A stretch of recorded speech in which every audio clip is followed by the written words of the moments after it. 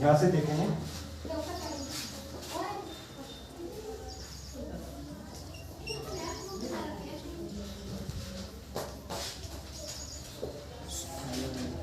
सबसे पहले हाइड्रोकार्बन पढ़ेंगे, क्योंकि हमें आईयूपीएसी सीखना है। आईयूपीएसी को सीखने के लिए सबसे पहले हमें क्या पढ़ना है, हाइड्रोकार्बन पढ़ना है। तो हाइड्रोकार्बन होते क्या है? हाइड्रोकार्बन उन्हें कहते हैं जो आपका हाइड्रोजन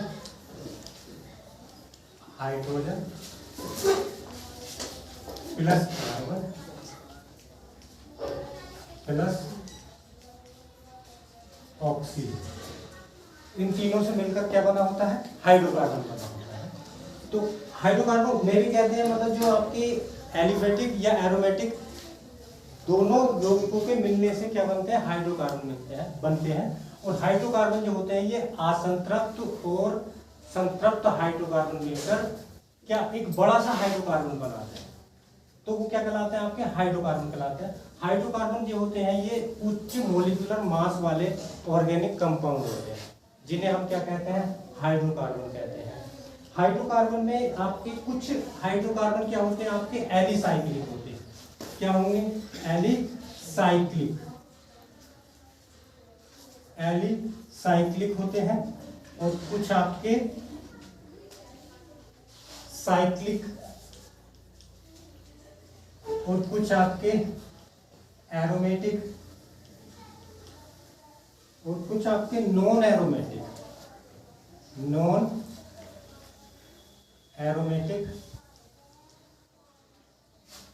हाइड्रोकार्बन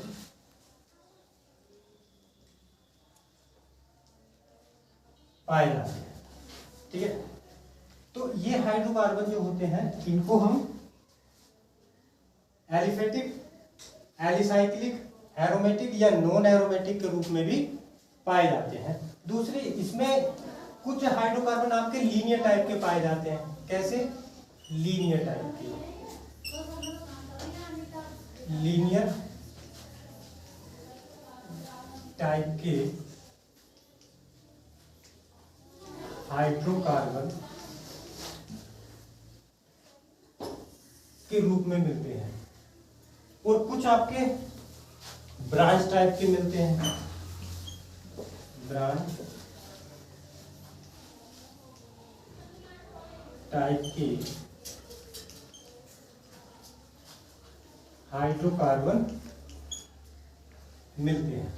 लीनियर टाइप के वे हाइड्रोकार्बन होते हैं जो एक चैन के रूप में मिलते हैं, एक सिंगल चैन के रूप में मिलते हैं। जैसे आपका कोई भी कंपाउंड में इस तरह से लिख दूं, CH3 CH2 CH2 CH3, ये क्या है, एक लीनियर हाइड्रोकार्बन है, क्योंकि इसकी चैन क्या है, सीधी रेखा के रूप में पाई जाती है। कैसी, सीधी रूप में। ये थोड़ा जो है लपक रहा है, तो ये जो है सीधी चैन के रूप में मिलती है। तो इसे क्या कहेंगे हम, लीनियर हाइड्रोकार्बन कहेंगे। ठीक है, लेकिन आता एलिफेटिक हाइड्रोकार्बन में है।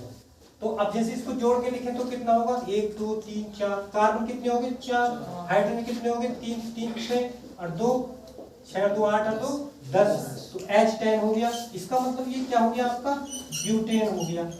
क्या हो गया, ब्यूटेन। ब्यूटेन इज तो एलिफेटिक हाइड्रोकार्बन। और दूसरा किस में आता है, लीनियर हाइड्रोकार्बन में। तो आपसे क्वेश्चन पूछ लिया जाता है कि निम्न में से कौन लीनियर हाइड्रोकार्बन है, तो आपको देगा n heptane, n butane, n hexane या ब्यूटेन देगा। तो कौन सा लगाओगे, ब्यूटेन वाला। तो इसकी पहचान ये है। और ब्रांच हाइड्रोकार्बन वे होता है जो लीनियर चैन के रूप में नहीं मिलते, जैसे आपका CH3 CH2 CH2 और CH2 CH3,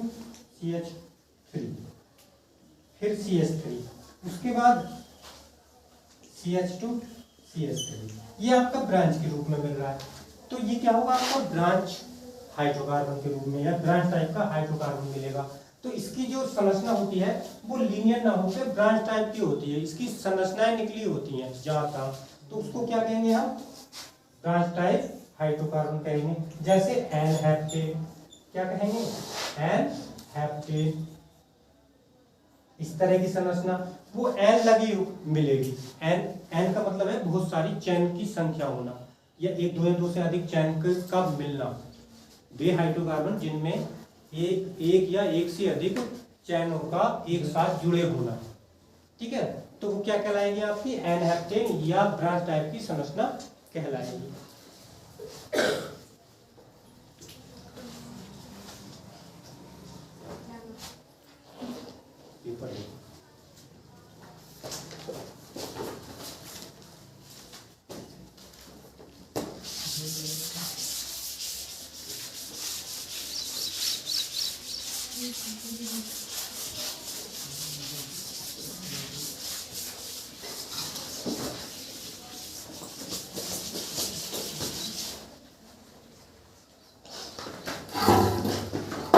हाइड्रोकार्बन में कुछ आपके क्या आते हैं, कुछ जैविक मॉलिक्यूल आते हैं जिनको हम बायोमॉलिक्यूल कहते हैं।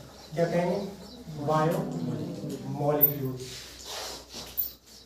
ठीक है, बायोमॉलिक्यूल्स मिलते हैं, उनको हिंदी में जैविक अणु कहते हैं। ये बायोमॉलिक्यूल्स क्या होते हैं? ये एक प्रकार के नेचुरल प्रोडक्ट होते हैं जो हमें जीव जंतुओं से प्राप्त होते हैं। तो जीव जंतुओं के जो अवशेष है जो वो डिग्रेड होकर उन मॉलिक्यूल को इकट्ठा करके हम क्या करते हैं, मशीनों के द्वारा प्यूरिफाई करके उनको बायो मॉलिक्यूल के रूप में नाम दे दिया जाता है। तो बायो मॉलिक्यूल जैसे आपका कार्बोहाइड्रेट होता है, क्या होगा? कार्बोहाइड्रेट। दूसरा क्या होगा? प्रोटीन। तीसरा क्या होगा आपका? विटामिन। और फोर्थ क्या होगा? फोर्थ होगा आपका फैट्स, ठीक है। और फिफ्थ होगा आपका मिनरल साल्ट।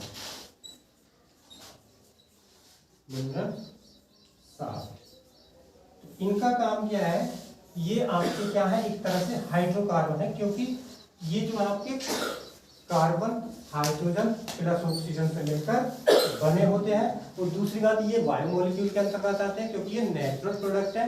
सभी ये जो मैंने लिखे हैं पॉइंट पांचों, ये क्या है आपके नेचुरल प्रोडक्ट के अंतर्गत आते हैं। ये आपके एक तरह से जीव जंतुओं से ही प्राप्त होते हैं। अब जैसे कार्बोहाइड्रेट की बात करें, किसकी बात करें?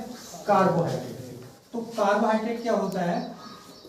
100 ग्राम, किसी भी 100 ग्राम कार्बोहाइड्रेट में, किसी ऑर्गेनिक कंपाउंड में क्या होता है, उसमें जो एनर्जी होगी वो 4.1 से लेके 4.2 कैलोरी की एनर्जी होती है प्रति 100 ग्राम में। प्रति 100 ग्राम में 4.1 से लेके 4.2 कैलोरी एनर्जी होती है। इसीलिए ये कार्बोहाइड्रेट क्या होता है, ये सोर्स ऑफ एनर्जी, तत्काल एनर्जी देता है, फ्यू सेकंड में, बहुत कम समय में अत्यधिक एनर्जी देता है। तो कम समय में अत्यधिक एनर्जी देगा, ठीक है, तो उसको हम क्या कहेंगे? कार्बोहाइड्रेट कहेंगे। अब कुछ कार्बोहाइड्रेट ऐसे होते हैं जैसे आपका ग्लूकोज है, फ्रक्टोज है, क्या बोलेंगे? ग्लूकोज और फ्रक्टोज। तो ये आपके सिलेबस में है, इसलिए मैं जिक्र कर रहा हूँ चीज़ों का, ताकि आपको बाद में ऐसा ना लगे कि नई चीज़ है। ग्लूकोज और फ्रक्टोज ये आपके क्या है? कार्बोहाइड्रेट है। और कुछ आपके जीव जंतुओं में भी कार्बोहाइड्रेट मिलते हैं, जैसे आपका अंडे की बात करें, एग, ठीक है। और एक और है आपका, जैसे आपका मीट होता है, उसका नाम लेना पसंद नहीं करेंगे। और कुछ आपका लीवर आयन, क्योंकि इनमें भी कार्बोहाइड्रेट होता है, ये सोर्स ऑफ एनर्जी होता है। और बात करें ग्लूकोज से हम क्या बनाते हैं? ग्लूकोन डी बनाते हैं। तो आपने जो मैच में खिलाड़ी खेलते हुए देखे होंगे, तो कभी कभी पूरा खिलाड़ी पूरे दिन से खेल रहा है तो वो थक जाता है, उसकी मांसपेशियों को खिंचाव आ जाता है, तो खेल थोड़ा सा वो थक के नीचे गिर जाता है या बेहोश सा हो जाता है, या कहीं बॉल लग जाए उसे तो बेहोशी आ जाए, तो क्या करते हैं? उसको एक ग्लूकोन डी का एक पैक उसको पिला देते हैं और वो तुरंत खेलने के लिए तैयार हो जाता है। तो इसका मतलब क्या है? उसको कार्बोहाइड्रेट दिया गया। कार्बोहाइड्रेट का मतलब यही है, वो बहुत कम समय में अत्यधिक एनर्जी दे देता है। समझ में आई ये बात? Yes sir. तो उसको हम क्या कहेंगे? कार्बोहाइड्रेट कहेंगे। अब बात करते हैं फैट की। फैट में कार्बोहाइड्रेट तो एनर्जी का स्रोत है, ऊर्जा का स्रोत है, और फैट भी आपका ऊर्जा का ही स्रोत है। काय का? ऊर्जा का ही स्रोत है। तो फैट में जो है इससे ज्यादा एनर्जी होती है, लेकिन ये तत्काल एनर्जी नहीं देता, ये बहुत लंबे समय तक एनर्जी देता है। और ये एनर्जी कितनी देता है? प्रति 100 ग्राम में 9.1 कैलोरी की एनर्जी देता है। कितनी? 9.1 कैलोरी एनर्जी देता है। देखो उसके अकॉर्डिंग कितना ज्यादा है, बहुत ज्यादा है। लेकिन ये कितने समय के लिए देता है? लंबे समय के लिए, लॉन्ग टाइम। लॉन्ग टाइम के अनुसार ये क्या देता है? एनर्जी देता है। ऐसा नहीं कि तुरंत एनर्जी दे दी। सपोज करिए कोई खिलाड़ी अगर मैच में खेल रहा है, वो थक गया, बेहोश हो गया, अगर आप उसको क्या दे दो? फैट दे दो, भाई एनर्जी सब उससे भी ज्यादा ये दे दो, तो क्या वो तुरंत तो उठ पाएगा खेलने के लिए? क्योंकि नहीं तो फिर दूसरा खिलाड़ी तैयार है, तो उसको तुरंत फील्ड में खेलने के लिए क्या करना पड़ता है? उसको कार्बोहाइड्रेट देना पड़ता है। तो तत्काल एनर्जी के लिए हमें काय का यूज करना है? कार्बोहाइड्रेट का। तो किसी को बुखार आ जाता है या शरीर में बहुत ज्यादा वीकनेस है, तो हम उसको क्या देते हैं? कार्बोहाइड्रेट। अब वहां पे फैट तो नहीं देंगे उसको। फैट क्या करता है? लंबे समय के लिए एनर्जी देता है। अब इसको यहाँ से समझिए, जिनके अंदर ज्यादा फैट होता है तो कभी कभी वो व्रत रखते हैं 9 दिन का, 8 दिन का, 5 दिन का, 1 दिन का, लगातार भी रख लेते हैं। तो जिनके अंदर फैट होगा कुछ दिन तो उन्हें भूख अच्छे से जबरदस्त वाली लगेगी, फिर उन्हें आदत पड़ जाएगी, उनके अंदर जो फैट है ना वो धीरे धीरे घुलने लगेगा। तो वही लॉन्ग टाइम है। 40 दिन तक आदमी भूखा रह सकता है पानी पीकर, समझ गए? अब ये मत सोचिएगा हम कैसे रहेंगे, बिल्कुल रह सकते हो सिर्फ पानी पीकर, क्योंकि अगर आपके अंदर फैट है तो। अब ऐसा नहीं है आपके हड्डी पसली चमक रही है, कुछ है नहीं शरीर में, अब व्रत रखने चल दी तो जो हो वो भी चले जाओ, है? तो ये लंबे समय के लिए एनर्जी देता है। समझ गए ना इसके फैट में और कार्बोहाइड्रेट में अंतर? भूलोगे तो नहीं? अच्छी बात है। उसके बाद हम प्रोटीन की बात करते हैं। अब इसका कार्य क्या है? कार्बोहाइड्रेट के कार्य की बात करें, ये तत्काल एनर्जी देता है। फैट का कार्य क्या है? ये लंबे समय के लिए एनर्जी देता है, लेकिन कार्बोहाइड्रेट से ज्यादा देता है। समझ गए?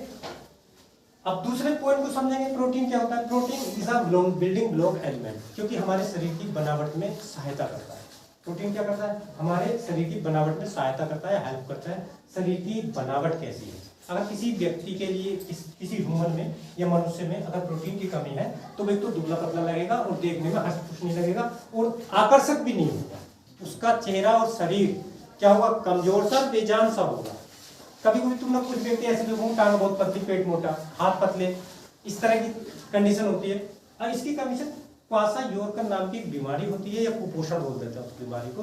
बच्चों के आपने टांगे देखी होंगी पीछे को मुड़ी हुई और घोंटे पीछे को आग नहीं, पीछे को टांगे पतली होती जाता है और पसलियां उनकी चमकती हुई होंगी, तो वो क्वासायोर्कर एक बीमारी है कुपोषण की। तो इसकी वजह से उसकी कमी से आपका कुपोषण रोग हो जाता है। और तो इससे क्या पता चलता है? प्रोटीन जो हमारे शरीर की बिल्डिंग ब्लॉक एलिमेंट है, ठीक है, ये प्रोटीन जो है हमारे शरीर में ग्रोथ रेगुलेटर का काम करती है। इससे ही हम अच्छे दिखते हैं, ठीक है, इससे ही हम अच्छे दिखते हैं। किसी व्यक्ति के अंदर प्रोटीन की कमी है तो उसके चेहरे के जो कल्ले ना ये ज्यादा उभरे हुए दिखाई देंगे, आंखें अंदर को बड़ी दिखाई देंगी। तो ये समझिए आपके अंदर प्रोटीन की कमी है। तो प्रत्येक व्यक्ति को प्रोटीन ज्यादा चाहिए। तो इसका कार्य क्या? ये शरीर की बनावट को प्रदान करता है। कार्य पहले समझेंगे। इसका कार्य क्या? प्रोटीन की शरीर की बॉडी बिल्डिंग एलिमेंट है, यानी हमारे शरीर की बनावट को प्रदान करता है। अगला आपका विटामिन क्या होते हैं? विटामिन ये भी आपके ऑर्गेनिक कंपाउंड है और ये एक प्रकार के हाइड्रोकार्बन भी है, हायर मोलिकुलर मास वाले, जो मैंने पहले बताया था, इसीलिए मैंने ये हायर वाले ही पकड़े हैं पहले, बाकी तो समझाते तो रहेंगे जब तक चलेगा ये घंटा। तो विटामिन क्या होते हैं? विटामिन का जो काम होता है ये माइल्डली ग्रोथ को बढ़ाता है। जैसे कुछ बच्चे क्या होते हैं, अगर उनको विटामिन ना मिले, अगर उनके शरीर में विटामिन की कमी होगी तो कोई चीज़ अगर टीचर समझा रहा है या कोई और व्यक्ति समझा रहा है या आप किसी कंपटीशन की तैयारी कर रहे हैं तो आपको कोई चीज़ बार बार पढ़ रहे हैं लेकिन वो समझ में नहीं आ रही है, या फिर उसको पढ़ते तो जा रहे हैं, थोड़ी देर में भूल जाते हैं। आपके साथ भी अब भी होता होगा। भूलने की शक्ति तो खैर सब में होती है, लेकिन कुछ बच्चों में ज़्यादा होती है। जो भी पढ़ते हैं सारा ही गायब हो जाता है। ये नहीं कि 50% से रुक जाए, सारा ही गायब है, नहीं मतलब कोरा कागज की तरह हो जाता है, बिल्कुल जो पढ़ा सब गायब है। तो ये विटामिन क्या होंगे? इसमें माइल्डली ग्रोथ को बढ़ाते हैं, हमारे सोचने समझने की जो शक्ति होती है उसमें काम करते हैं। बात है समझ में? ये विटामिन आपके कार्य करते हैं। तो विटामिन क्या होंगे आपके? 2 प्रकार के होते हैं, एक फैट सोलुबल होता है, एक वाटर सोलुबल विटामिन होता है। जो फैट में घुलनशील होते हैं वो फैट सोलुबल कहलाते हैं, जैसे A, D, E, K, ये क्या है? फैट सोलुबल है। और water soluble vitamin B complex और आपका विटामिन क्या हो जाएगा? C हो जाएगा। B कॉम्प्लेक्स में भी आपके बहुत सारे विटामिन आते हैं, जैसे B1 thiamine, B2 riboflavin, P3 niacin, B5 pantothenic acid, B6 pyridoxine, B7 biotin, B9 folic acid और B12 साइनोकोबालेंट। ये इनके केमिकल नेम है जो मैंने बताए हैं, बाकी ने पढ़ाऊंगा आगे, आपके टॉपिक है लास्ट चैप्टर में, ठीक है। तो तब ये मैं पूरा डिटेल से लिखवाऊंगा, बताऊंगा। अब तो बस मैंने ऐसे ही समझा दिया है। तो ये आपके, तो जो आपके फैट में यानी वसा में घुलनशील होंगे वो फैट सोलुबल विटामिन होंगे, और जो आपके जल में घुलनशील होंगे वो आपके वाटर सोलुबल विटामिन कहलाएंगे। जैसे जो सब्जियां वगैरह होती हैं उसमें विटामिन बी और सी होता है, या आप खट्टे फलों की बात करो या खट्टी चीजों की बात करो तो उनमें क्या होता है, विटामिन सी होता है। लेकिन सभी खट्टे फलों में विटामिन सी नहीं होता, ठीक है। कुछ ऐसे खट्टे फल नहीं होते जिनमें विटामिन सी होता है, जैसे अमरूद है, खट्टा नहीं होता लेकिन विटामिन सी होता है, समझ रहे हो ना।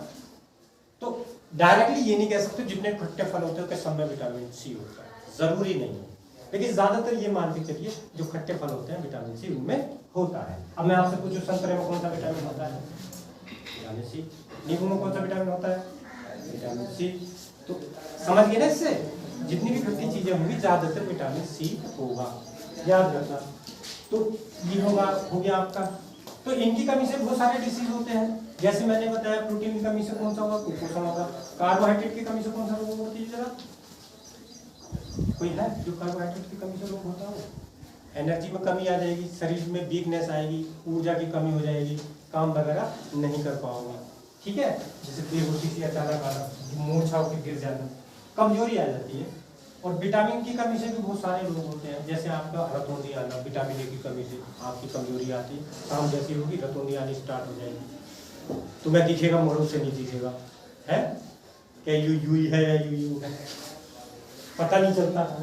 तो ऐसी विटामिन सी की कमी से भी रोग होता है। कौन सा रोग होता है विटामिन सी की, स्कर्वी, सबको पता होगा, स्कर्वी होता है।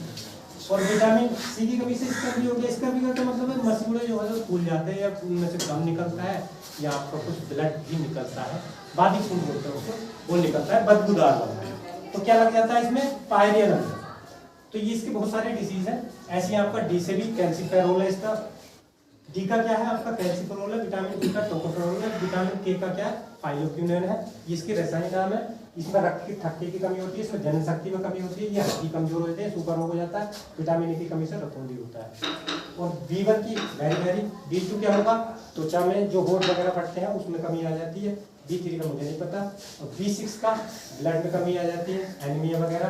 इससे भी बायोटिन में ये सुंदर दिखते हैं ज्यादातर, है नहीं। और एक विटामिन ई होता है, सुंदरता वाला विटामिन बोलते हैं विटामिन ई को। और एक भी होता है आपका B9 फोलिक एसिड, जैसे एनीमिया वगैरह होता है, ब्लड की कमी हो जाती है तो फोलिक एसिड उसको दिया जाता है, ज्यादातर महिलाओं को दिया जाता है।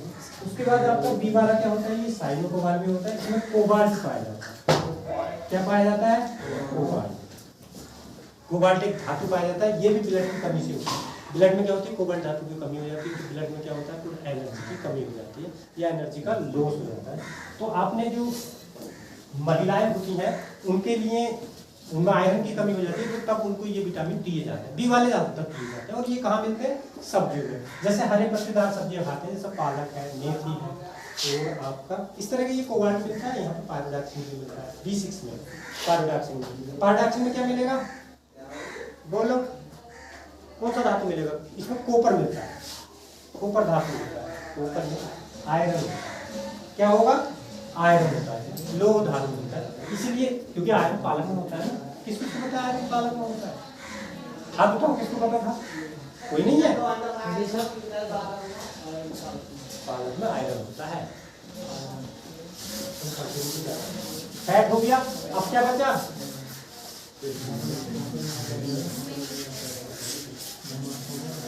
देखिए मुझे कैसे काम चलाना पड़ेगा।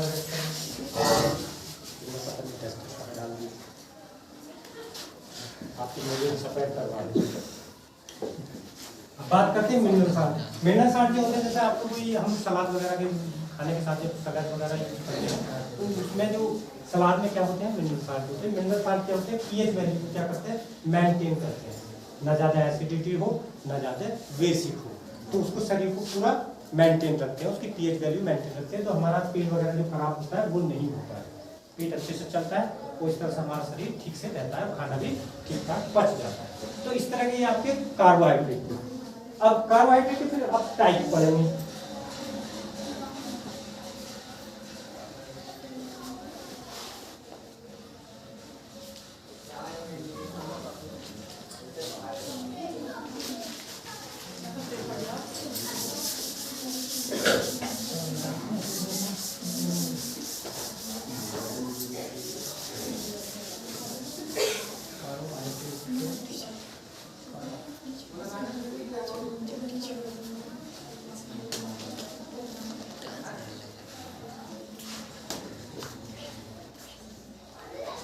Types of hydrocarbon.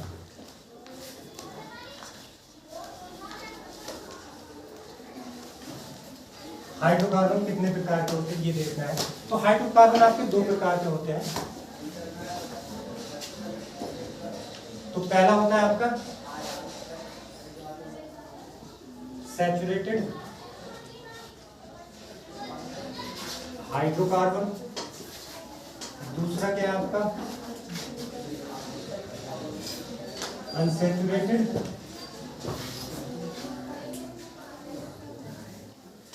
हाइड्रोकार्बन।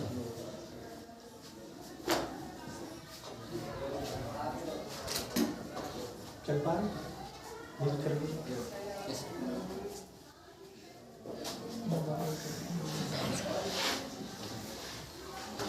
तो पहला आपका सैचुरेटेड हाइड्रोकार्बन है, दूसरा क्या अनसैचुरेटेड हाइड्रोकार्बन है। सैचुरेटेड हाइड्रोकार्बन वो होते हैं जो वाटर मॉलिक्यूल में आसानी से डिसॉल्व हो जाते हैं या घुल जाते हैं, उनको क्या कहेंगे हम सैचुरेटेड हाइड्रोकार्बन कहेंगे। और सैचुरेटेड हाइड्रोकार्बन वे भी होते हैं जिनमें कार्बन कार्बन के बीच सिंगल बॉन्ड या कार्बन कार्बन के बीच डबल बॉन्ड पाया जाता है, वो क्या कहलाता है सैचुरेटेड हाइड्रोकार्बन कहलाते हैं। गलत तो नहीं लिख दिया। तो इसमें क्या होगा आपका सैचुरेटेड हाइड्रोकार्बन वो होंगे जिनमें कार्बन कार्बन के बीच सिंगल बॉन्ड पाया जाता है, ठीक है। और अनसैचुरेटेड हाइड्रोकार्बन वो होते हैं जो वाटर मॉलिक्यूल में आसानी से डिसॉल्व नहीं होते, और उनको क्या कहते हैं अनसैचुरेटेड हाइड्रोकार्बन कहते हैं। दूसरी बात अनसैचुरेटेड हाइड्रोकार्बन वे होते हैं जो कार्बन कार्बन के बीच डबल बॉन्ड या कार्बन कार्बन के बीच ट्रिपल बॉन्ड प्रेजेंट होता है, तो वो क्या कहलाते हैं अनसैचुरेटेड हाइड्रोकार्बन कहलाते हैं। सैचुरेटेड हाइड्रोकार्बन में क्या होते हैं आपके, जैसे आपके इसमें क्या आते हैं एल्केन आते हैं। क्या आते हैं एल्केन। एल्केन उन्हें कहते हैं जिनमें कार्बन कार्बन के बीच सिंगल बॉन्ड होता है, और इनका जनरल फॉर्मूला क्या होता है आपका CnH2n प्लस, इनका जनरल फॉर्मूला क्या होगा CnH2n प्लस 2 होगा। जबकि अनसैचुरेटेड हाइड्रो, अब जैसे एल्केन में क्या है CnH2n प्लस 2 होगा, और इनका एग्जाम्पल क्या होगा जैसे मीथेन, क्या होगा मीथेन, फिर क्या होगा ईथेन C2H6, फिर क्या होगा आपका प्रोपेन C3H7, फिर क्या होगा ब्यूटेन,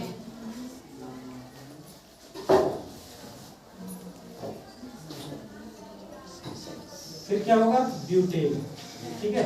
इस तरह से फिर पेंटेन होगा C5H12, तो ये आपके पेंटेन होंगे। तो ये क्या कहलाएंगे आपके एल्केन के अंतर्गत आते हैं। तो एल्केन को कैसे पहचान लोगे, जिसमें कार्बन कार्बन के बीच सिंगल बॉन्ड होगा। अब जैसे CH4 की बात करें हम, तो यहाँ पे क्या होगा CH4 को हम कैसे लिख सकते हैं ऐसे, देखो इसमें एक ही बॉन्ड है, वो भी हाइड्रोजन के बीच, कार्बन तो एक ही है ना, तो हम कह सकते हैं ये एल्केन है। दूसरी बात हम जैसे एथेन की बात करें C2H6, ये तो है एथेन, तो ये लिख रखा मैंने C2H6, तो इसका क्या होगा कार्बन कितने होंगे 2, और क्या होगा सिंगल बॉन्ड लगा होगा, कार्बन कार्बन के बीच क्या है सिंगल बॉन्ड है। इस तरह की संरचना हो गई कि नहीं? yes, तो देखो इसमें कार्बन कार्बन के बीच सिंगल बॉन्ड है, तो ये क्या होगा एल्केन होगा। तो इस तरह से हम इनको आगे डिटेल से पढ़ेंगे, अब तो सिर्फ इतना ही पढ़ते जाओ। उसके बाद क्या होगा आपका अनसैचुरेटेड हाइड्रोकार्बन में इसका जो जनरल फॉर्मूला होगा वो क्या होगा CnH2n। पहले ये देखो इसमें जो अनसैचुरेटेड हाइड्रोकार्बन में पहला क्या आएगा एल्कीन आएगा, क्या आएगा एल्कीन, और दूसरा क्या आएगा एल्काइन। देखो कुछ बच्चों को पता एल्काइन क्या होगा एल्काइन, ठीक है। एल्कीन में क्या होगा, कार्बन कार्बन के बीच डबल बॉन्ड होगा, और एल्काइन में क्या होगा, कार्बन कार्बन के बीच ट्रिपल बॉन्ड होगा। ठीक है। तो एल्कीन का जो जनरल फॉर्मूला होगा वो CnH2n ये होगा, और एल्काइन का जो जनरल फॉर्मूला होगा CnH2n -2 होगा। ये जनरल फॉर्मूला हो जाएगा। इस तरह से हम इनको पढ़ पाएंगे। अब जैसे इनका जो एग्जाम्पल की बात करें, एल्कीन के एग्जाम्पल की बात करें, तो इसमें ईन का यूज होता है लास्ट में। क्या होगा, ईन का यूज होगा। तो जैसे आपका एथिलीन क्या होगा, एथिलीन, देखो ईन आया, ऐसी आपका मैथिलीन, मैथिलीन, ऐसी आपका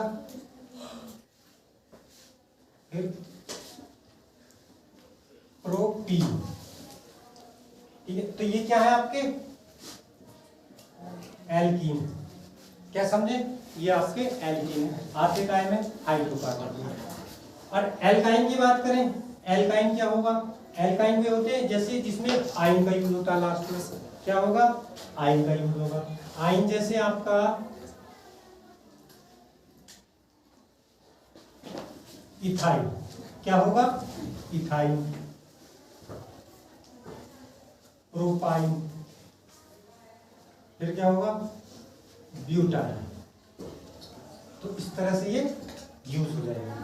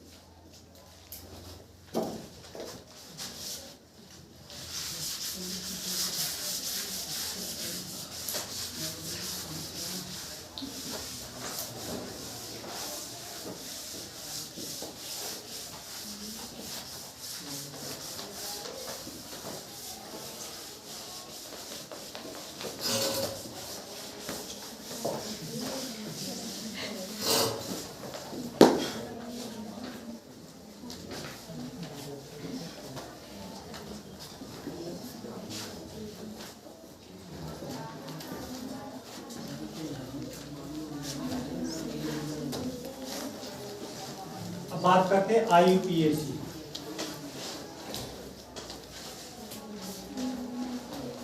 IUPAC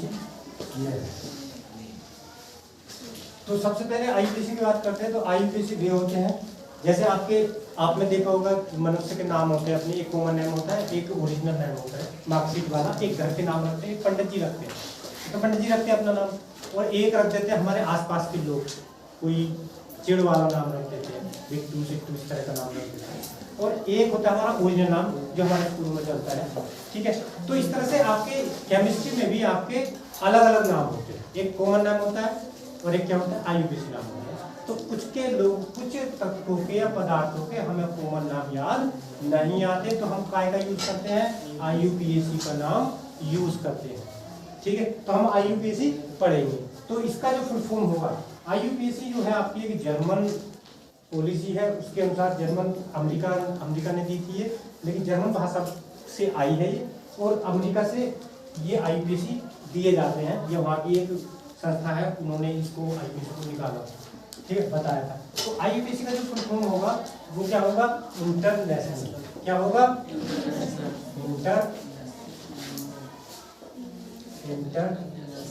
इंटरनेशनल। ठीक है। आई से क्या हो गया, इंटरनेशनल, यू से क्या हो गया, यूनियन, और पी से क्या हो गया, प्योर, ई से क्या हो गया, एंड अप्लाइड, तुम्हें तो पता होगी, अप्लाइड, और सी से क्या हो जाएगा, केमिस्ट्री।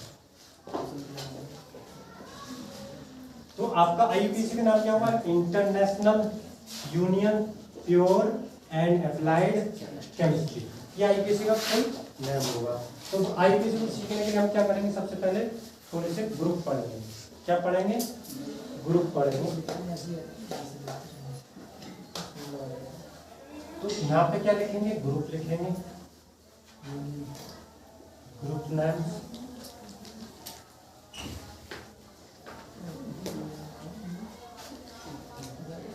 और यहाँ पे लिख देंगे ग्रुप,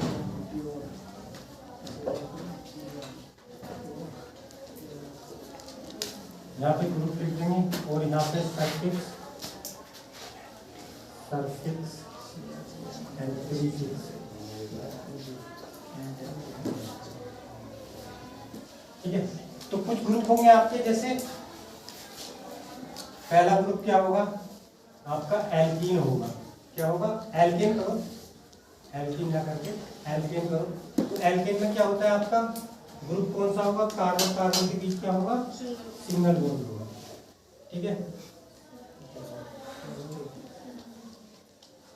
ये हो जाएगा। उसके बाद दूसरा क्या होगा, एल्कीन, ये मैं पढ़ा चुका हूँ अभी। तो ये क्या होगा आपका, कार्बन कार्बन के बीच डबल बॉन्ड होगा।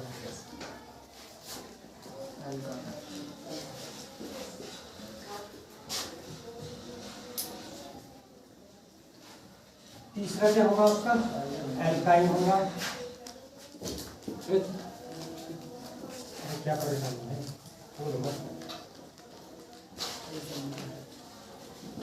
एल्काइन हो जाएगा। फोर्थ वाला क्या होगा आपका,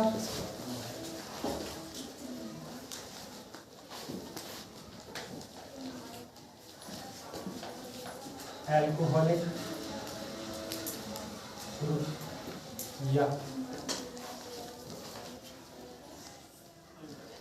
हाइड्रोक्सी ग्रुप, ये हो जाएगा। तो इसमें काय का यूज होता है, OH का। तो इसमें जो लगाएंगे एल्केन में क्या लगाएंगे हम, लास्ट में काय का यूज करेंगे, एन का यूज करेंगे। ठीक है, इसमें काय का यूज करेंगे, इन का यूज करेंगे, और इसमें काय का यूज करेंगे, आइन का यूज करेंगे, और इसमें काय का यूज करेंगे, ओल का। तो इस तरह से ये आपके, और देखो इसमें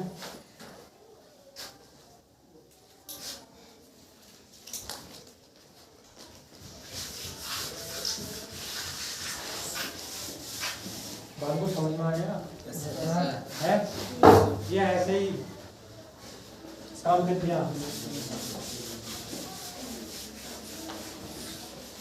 लिखा दूंगा मैंने सबकी, चिंता कर लो।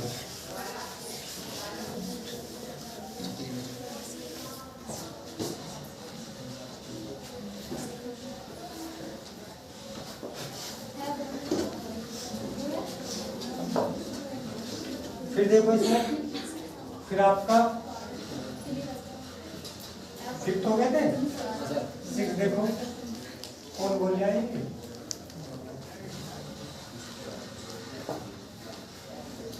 एल्डिहाइडो ग्रुप। क्या हो जाएगा, एल्डिहाइडो ग्रुप। तो इसमें काय का यूज करेंगे हम, CHO का। ठीक है, और इसमें सल्फिक्स या प्रीफिक्स में काय का यूज करेंगे, अल्का। उसको बुक में देख लीजिए। साथ में देखो, साथ में क्या होगा आपका,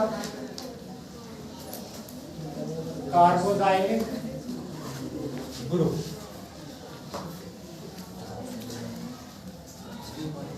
कार्बोजाइलिक ग्रुप, इसमें काय का यूज करेंगे हम, C डबल बॉन्ड। नाम क्या हो, इसमें लगाते क्या है हम, ओइक एसिड, ओइक एसिड का यूज करते हैं।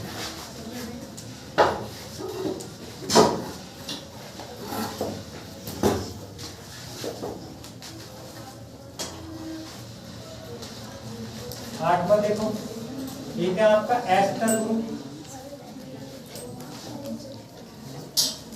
एस्टर ग्रुप, इसमें काय का यूज करेंगे, C डबल O, ये यूज करेंगे और लगाएंगे क्या इसमें, OH।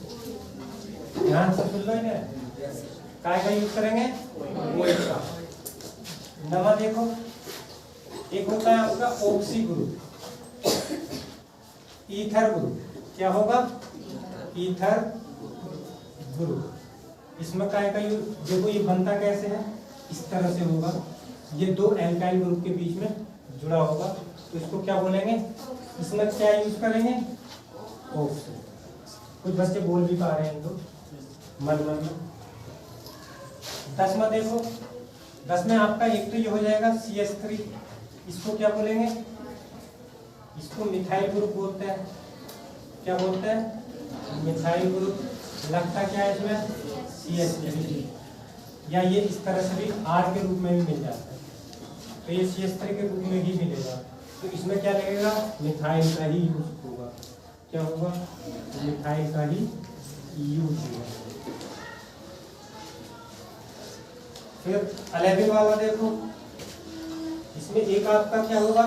इथाइल ग्रुप होगा, इथाइल ग्रुप।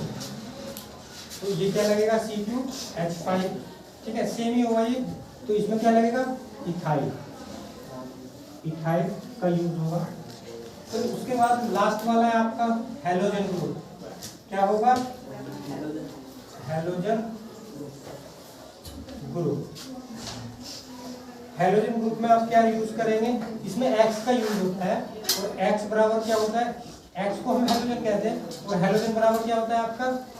फ्लोरीन होता है, क्लोरीन होता है, ब्रोमीन होता है, और आयोडीन होता है। तो जो इसमें जो लगा होगा उसी को सबसे पहले प्राथमिकता देंगे। तो फ्लोरीन होगा तो फ्लोरो लिखेंगे, क्लोरीन होगा तो क्लोरो लिखेंगे।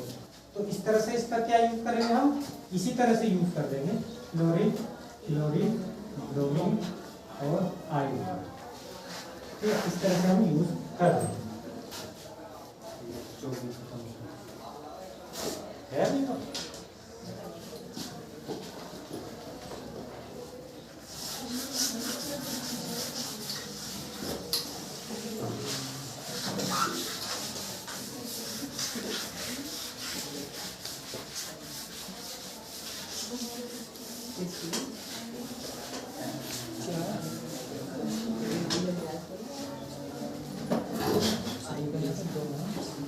तो सबसे पहले आईयूपीएसी की बात करें तो यहाँ से देखो, CH4 इसका आईयूपीएसी बताओ मुझे, C2H6 इसका आईयूपीएसी बताओ, C3H8। तो इसका आईयूपीएसी क्या होगा? सबसे पहले हमें क्या गिनना होता है? कार्बन की संख्या गिननी होती है। क्या गिननी होती है? कार्बन की संख्या। तो नंबर 1 हम क्या करेंगे? सबसे पहले नंबर ऑफ कार्बन की संख्या देखेंगे कि कितनी संख्या है। तो जैसे कार्बन 1 है तो क्या होगा? मेथ से स्टार्ट होगा। कार्बन 2 है तो 1 से स्टार्ट होगा। कार्बन 3 है तो क्या होगा? प्रोप से प्रोपेन, पूरा ही लिखो, इथेन, मीथेन, ठीक है, पूरा ही लिख लो। C4 होगा तो ब्यूटेन या ब्यूट का यूज करेंगे, पता लग जाएगा किस तरह से करना है। पेंटेन का यूज होगा, पेंटेन। C6 है तो हेक्सेन, C7 है तो हेप्टेन, हेप्टेन।